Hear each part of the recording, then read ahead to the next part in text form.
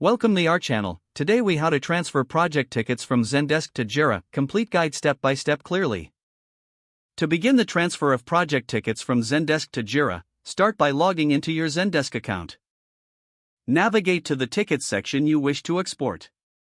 Select the tickets you want to transfer. Click on the export button to download them as a CSV file. Open the downloaded CSV file in a spreadsheet application, like Excel or Google Sheets. Review and clean up the data to ensure accurate mapping. Ensure that all relevant fields from Zendesk will correspond with the appropriate fields in Jira. Log into your Jira account.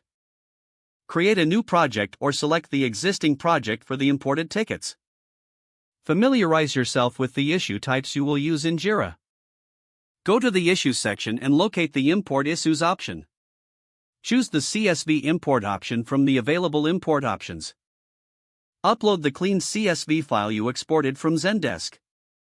Map the fields from your CSV file to the appropriate Jira fields.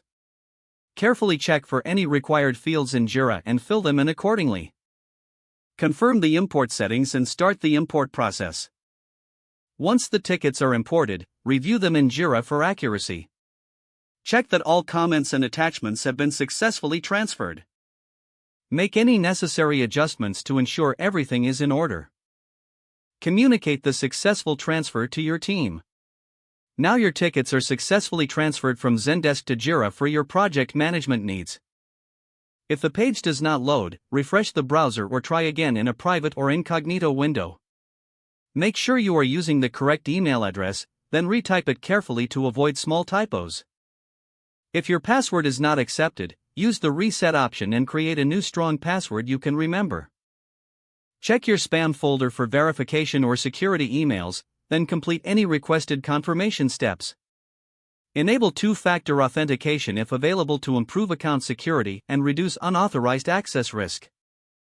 After signing in, review your profile details so your contact information and settings are accurate and current. If you see an error message, note it down and try again after restarting your device and internet connection. Don't forget to like this video and subscribe to our channel for more step-by-step tech guides.